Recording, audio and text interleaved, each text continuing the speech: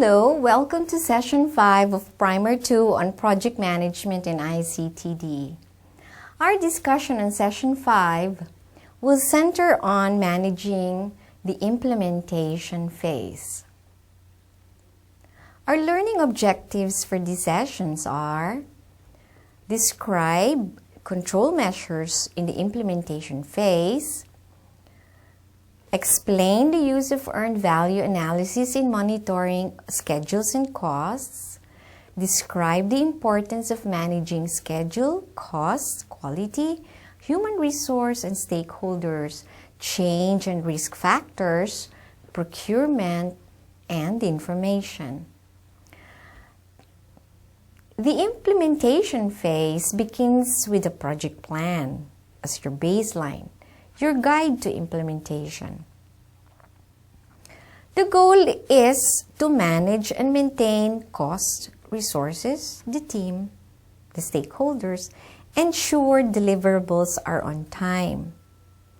The plan must be robust enough to withstand factors that can influence changes in the original plan.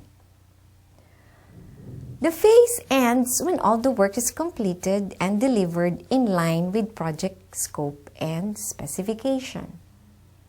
In the implementation phase, project managers must be able to coordinate and monitor all the tasks and the processes in relation to scope, time, schedule, cost, and quality, resource, and stakeholders, including communication, procurement, and risk, as well as the project deliverables.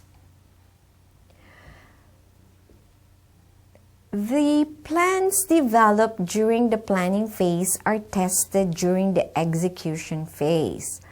What you have planned may not exactly happen. This is because there are internal and external factors that will always influence the project. Upon monitoring of the implementation of activities and the internal risk factors, there will be a need to replan. Thus, the phases do not necessarily work on a linear way. There is a need to continually monitor the plans as against actual implementation in order to replan better ways to meet deliverables and achieve project objectives. When a project is implemented, expect changes to happen. Internal and external factors will always influence the project. Regularly review, refine, and update plans. When activities, results, and assumptions are monitored, changes in the plans may take place for adjustments. Control and monitoring is key in this phase. Management action based on plan will be corrective actions during the turn of events prompted by the monitoring process and upon review or analysis of the current project situation. Guide questions to help assess project progress will be time or schedule, how the project is going against schedule, cost, how is the project going against budget, resources, how much time is being spent on this project. Fourth, on scope, is the project scope kept in line with expectations? Fifth, quality, are quality problems being reviewed and fixed? 6, actions, are there any outstanding action items on the project?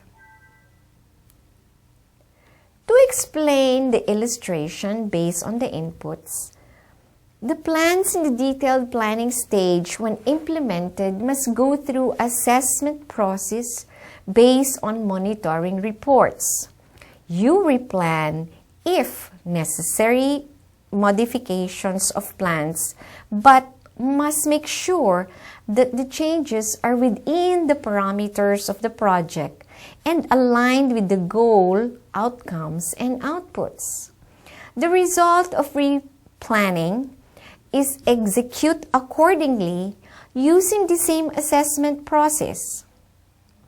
Management controls must, however, be in place to keep up with the baselines and the objectives of the project. To know corrective actions to take place and control, metrics are useful in the regular review of the project. Metrics are planned in the beginning to assess the project progress. Metrics are units of measurement to assess processes, activities, resources, and deliverables within a quality control plan. So let us discuss what are the project categories to watch out for. First, schedules and costs. These two categories are very much related to each other. When the project schedules take longer than expected, costs are also affected, meaning the planned budget will have to be reviewed and adjusted.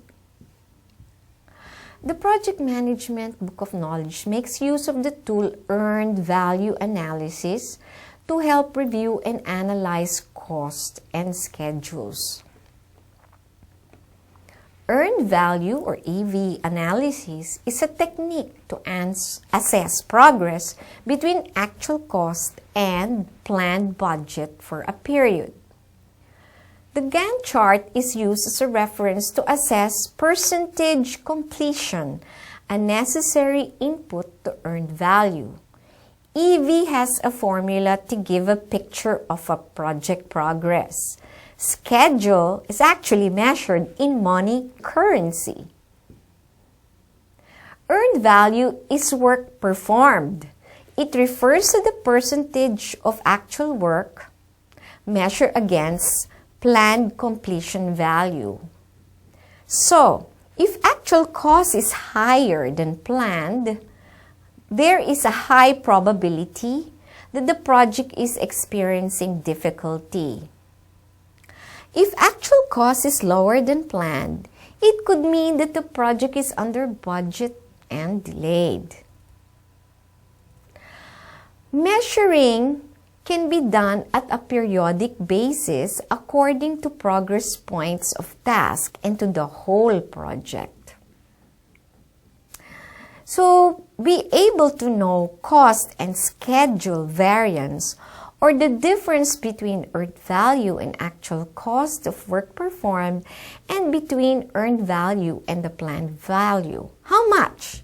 In money value, this completed from the planned schedule and cost estimate to new schedules and new costs in a period and to complete the project. In the project plan, quality must be one of those that have been planned. Quality measures can be defined by key stakeholders. If the output expected is a product, what parameters can be established to satisfy the user of the product? There are certain acceptable international standards that we can adhere to for certain products and services. Policies on metrics and characteristics fulfilling requirements are established for quality standards and improvement in the case of ICT projects. Projects that affect quality aside from information or data could include quality of performance, functionalities, system outputs, reliability, and maintenance. Quality should always be related to sustainability. In the implementation phase, the staffing and organization of the project team must already be in place. Staffing means recruitment and selection. It is very helpful to provide initial orientation training to your team members. This is the level of understanding about the project, the roles and responsibilities, and expected performance. For example, quality of work. Since the team will most often work together, activities that will encourage teamwork are helpful. Setting up regular meetings and communication channels to understand issues and concerns about the project is essential. Project manager must also be able to observe individual and group motivation issues. It is also helpful to know ways to manage conflict within the team and other stakeholders. Here are some tips that will help manage your project team. Observe, maintain open communication lines with members of the team. Institute and communicate a performance appraisal system for the project team members. Understand conflict management and prepare for strategies to manage conflicts in the team. Use interpersonal skills. Institute issue logs to document issues and facilitate immediate resolution of problems encountered in the project. Communication processes must be established. The project team must agree on the process of decision making. In the people side of project management, managing your stakeholders must also happen during the implementation phase. The management of stakeholders is mostly expectations management. Deal or negotiate with them through various communication strategy. Through stakeholders analysis, find out who among them can do most damage to the project and those who can promote and champion the project. The stakeholders analysis must be conducted at all the phases of the project, as there may be new types of stakeholders. The communications and risk plans must be updated and revised accordingly. In managing stakeholders, the communication plan based on stakeholders analysis can prepare you more. The communication plan facilitates management of expectation, define what is required and important information, and messages for formal and informal communications, and in which form and medium the information should be made available. Information must be communicated in an effective and timely manner. Identify and analyze group and individual communication needs. Some of the skill set that will be called for are communication skills, running effective meetings, for example, use of preferred, appropriate, easy software tools for communication. In your communication plan, have guidelines to help you through the implementation phase. The communication plan can include at least a routine communication, how to deal with budget communication, and risk and issues communication. Routine communication, this information refers to your day-to-day communications with the team. Information should include how to update status of tasks, communication issues, and conduct of meeting agenda items. Anything that be within the ideal functioning of your project will be included here. On communicating budget status, plan how to keep relevant stakeholders informed as to the budget of the project versus the actual cost of the project. In risks and issues communication, plan how to communicate when things go unexpectedly. Who needs to be informed? When? Where? How? During the implementation phase, project managers must also know how to deal with change and the impact of change. In particular, be prepared with the change that affect the project scope and work requirements. An analysis of the change in relation to the control mechanisms that have been planned will have to be done. Questions that can guide you in the analysis can include the following. What change must be controlled? From whom or where is the change coming from? Who has authority to accept or reject change?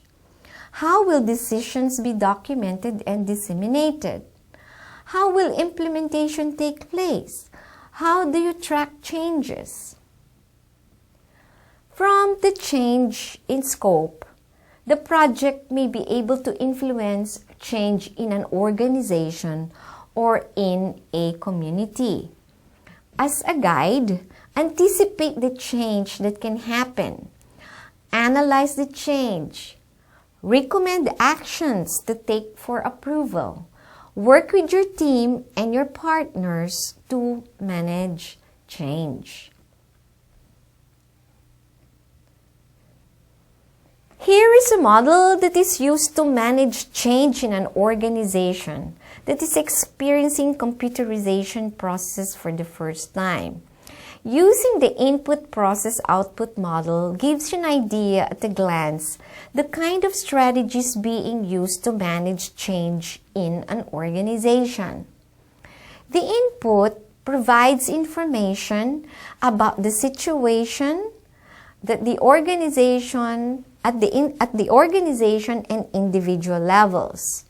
The process gives you the strategies and ways that you can use to deal with the changes. All this strategy towards a single outcome, which is the adoption of computerization in an organization.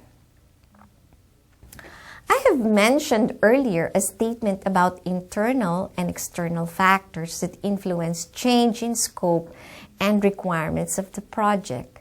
These factors are risks that pose as opportunity or threat to the project.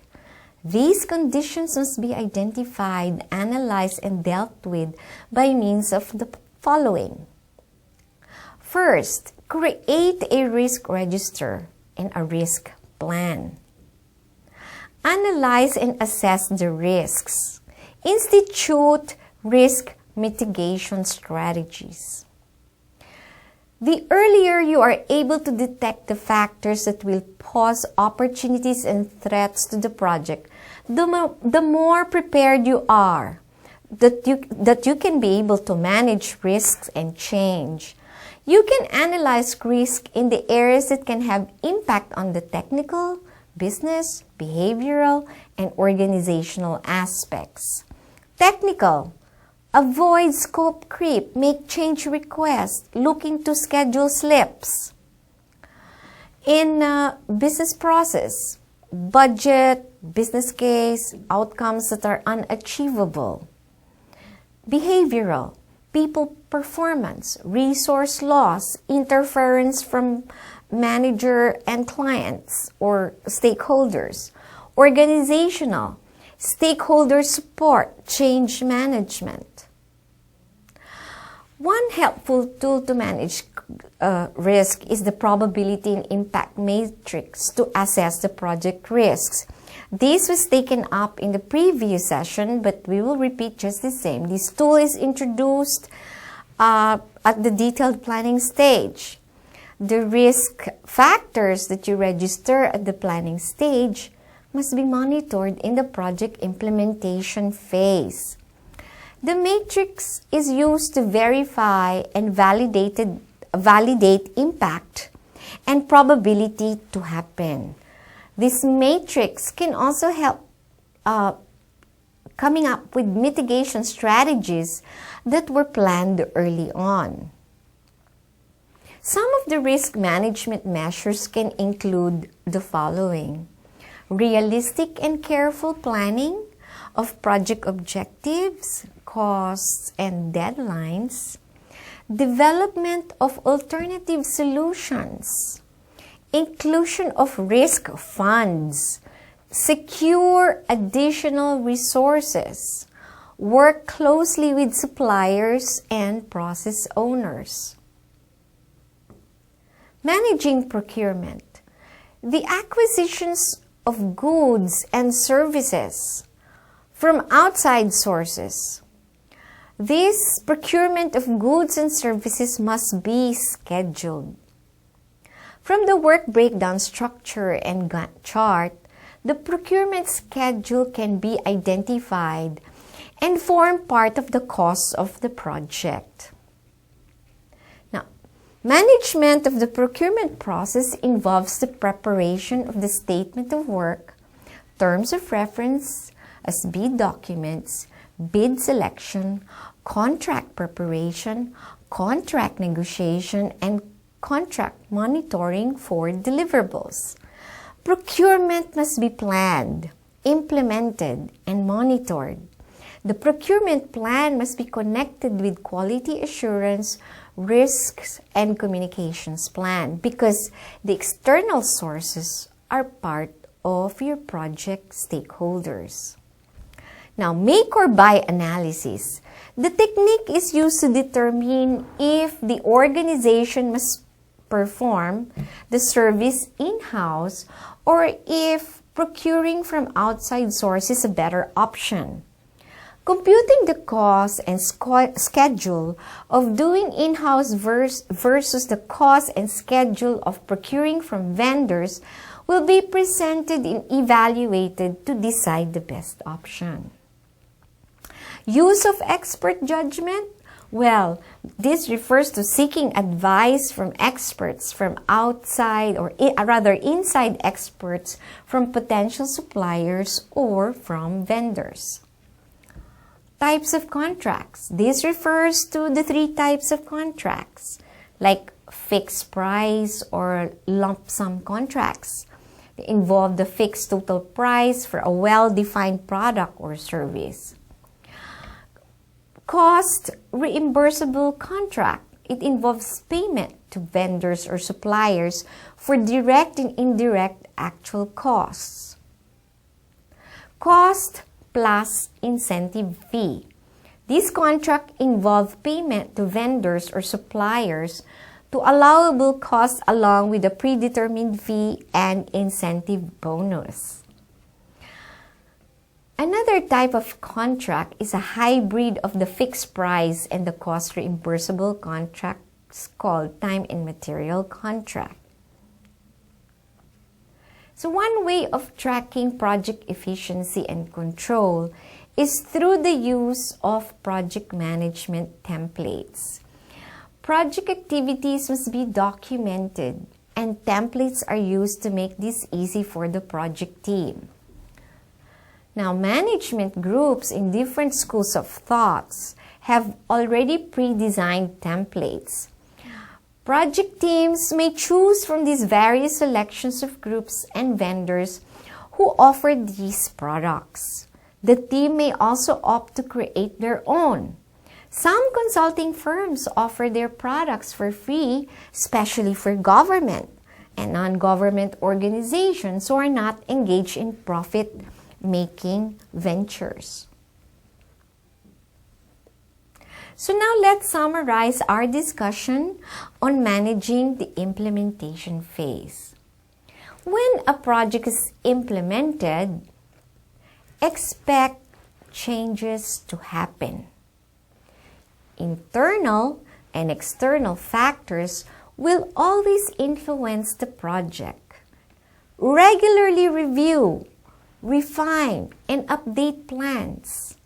When activities, results, and assumptions are monitored, Changes in the plans may take place for adjustments. Control and monitoring is the key in this phase.